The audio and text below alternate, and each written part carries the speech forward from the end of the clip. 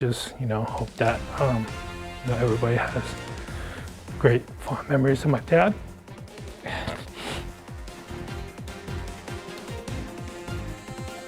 That's all I have to say. Tonight we have the very latest on the investigation of a Texas A&M Kingsville professor who was found dead. Plus, Corpus Christi police say a dangerous game is what led to the death of a 14-year-old boy. Their actions literally saved the lives of 10,000 people. And some sailors were honored today for stopping a terrorist attack at NAS Corpus Christi. This is Chris 6 News at 5. Good evening, everyone. Thanks so much for joining us. I'm Kati Uriarte. Lee has the night off. The body of a Kingsville professor gone missing was found in the Rio Grande Valley yesterday, a little over 2 hours from his home. And now we are seeing how time could have played a vital role. Our Trevier Gonzalez explains. He was a great professor. Sifting through the belongings of his father was not how Wan Hong Wu expected his week to go. After learning that his dad, 74-year-old Hoitzin Wu, had not shown up to teach at Texas A&M Kingsville on Friday, Monday, and Tuesday, he knew something was wrong. If you had just told me that he missed one day of class, I would have been very, alarmed. Police weren't informed of Wu's disappearance until Tuesday. Even though Dr. Wu may have been acting dazed and confused due to his diabetes, it wasn't enough to issue a silver alert. Based on the criteria for a silver alert, my dad did not qualify for that, so they just put him on a missing person alert. According to the Texas Department of Public Safety, silver alerts are meant for people with mental issues. Dr. Wu's body was found Wednesday in Cameron County near Brownsville after a drone was deployed. We don't suspect any foul play or anything like that, but we are waiting for the results of the autopsy to give us a better understanding of what caused his death. Authorities say he was walking through rugged terrain on Boca Chica Beach toward the SpaceX facility. He probably got disoriented or something, and he saw the lights. Autopsy results are still pending. However, officials say exposure and dehydration likely played a role in his death. Dr. Wu's family says he had overcome many obstacles. He was a cancer survivor, and that's the only time that he actually missed any class. So when he had to have surgery and get chemo. And even then, he tried to still teach. As they try to remember a professor and a father who cared. Trevier Gonzalez, Chris 6 News. And now you might remember that the Kingsville Police Department did say that a large sum of money had been withdrawn from Dr. Wu's account around this time. And since then, we have learned that that amount is over $5,000. And we're told today the department is still trying to learn whether or not there was any criminal intent to that withdrawal. And today we did learn that the 14-year-old boy shot to death last Friday may have been playing a deadly game with his uncle. 17-year-old Ivan Farias is in jail charged with manslaughter. According to a police report, during questioning, Farias told police that he and the victim, Joe Flores, were playing Russian roulette.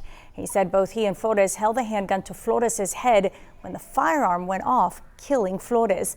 The family says the shooting was an accident, but after speaking with district authorities, Farias has been charged. He is in jail on a $100,000 bond. Two men accused of killing a Kingsville man appeared in court this morning. 18-year-old Omar Valdez, seen on the left side of your screen, and 17-year-old Tristan Silguero appeared in court via Zoom. Both of them have been charged with the capital murder of 65-year-old Jacinto Obregon. Kingsville police say on Monday, Obregon was stabbed to death while cleaning his car in his driveway. Police believe Valdez and Silguero were trying to rob the victim. An arrest has been made in a weekend shooting that left one man seriously hurt. 17-year-old Robert Flores has been charged with aggravated assault with a deadly weapon. It was on Sunday that police were called to Bear Lane and SPID, where a 19-year-old man was found with multiple gunshot wounds. He was taken to the hospital in serious condition. Police say they arrested Flores yesterday. He also had an outstanding warrant for theft of a firearm and possession of a controlled substance. The shooting is still under investigation. Nearly 5 months ago, an armed man tried to drive onto NAS Corpus Christi to carry out an attack out on the base. After a shootout with security personnel, the would-be attacker was shot and killed. Well, today the Navy honored the sailors for their heroic actions. Our Greg Chandler has more. Early in the morning of May 21st, 20-year-old Adam Al-Salih made his way down this road to the north gate of the Naval Air Station. Al-Salih was armed and looking to attack the base, but that attack was thwarted by the efforts of Petty Officer Gisa Coburn and Levi Milligan, as well as civilian police officer Stuart Levitt. Coburn, Milligan, and Levitt were 3 of 12 honored for their efforts during that incident at an award ceremony on base Thursday morning. Coburn, who was wounded during the shootout with Al-Salih, and Milligan each received the Navy and Marine Corps Medal, while Levitt was awarded the Distinguished Civilian Medal for Valor. Those are the highest non-combat decorations for heroism the Navy awards. All 3 were presented their awards by Acting Undersecretary of the Navy Gregory Slavanik, a proud day for their supervisor, the chief non-commissioned officer for base security. For them, it's I don't think they understand it just yet because they didn't know what they were getting. But as it sinks in, it's going to be a little bit of pride for them. A base spokesperson told me that many people were calling for Milligan to receive a Purple Heart for the incident. However, that's a combat-only decoration. In addition, 7 sailors who responded to the incident were awarded Navy Commendation Medals, while the 2 guards at Southgate were awarded Navy Achievement Medals. In Corpus Christi, Greg Chandler, Chris 6 News.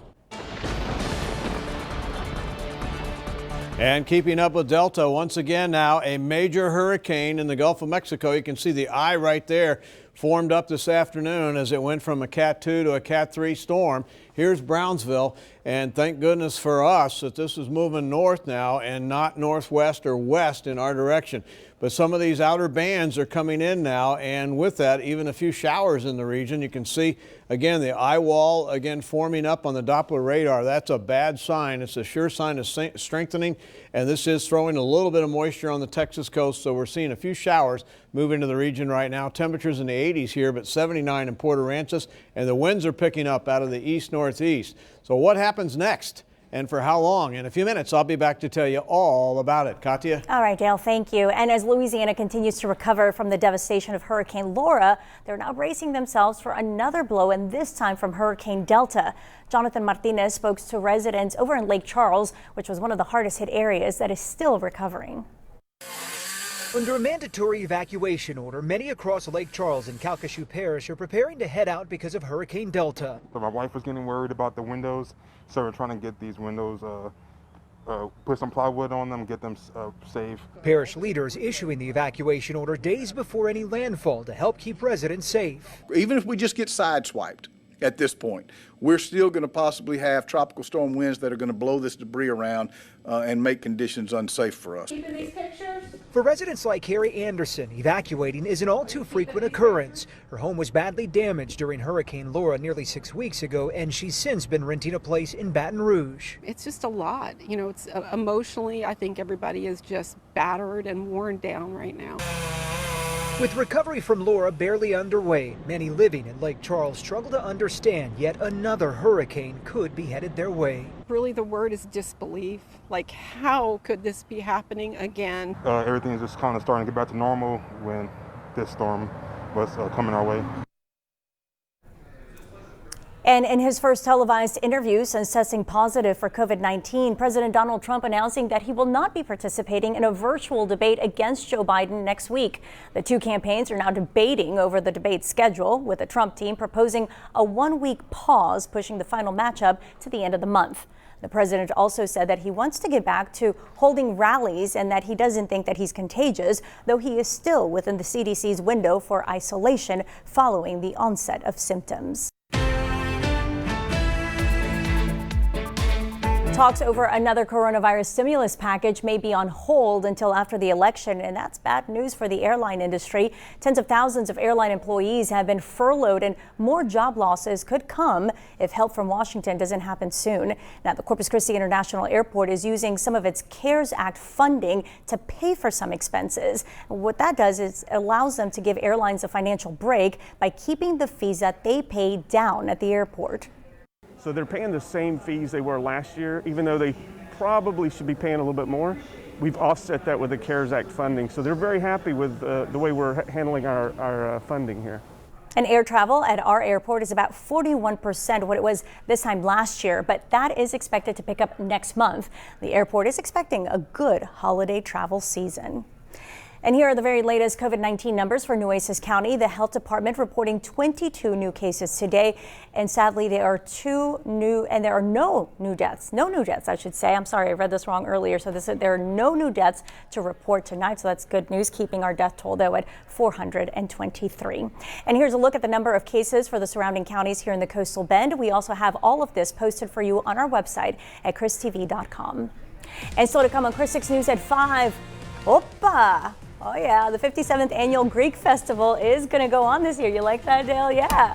But it's going to look a little bit different. Okay, we'll tell you all about it coming up. And a popular stretch of road here in Corpus Christi is getting a makeover. We're going to tell you what the city is doing to beautify Ocean Drive.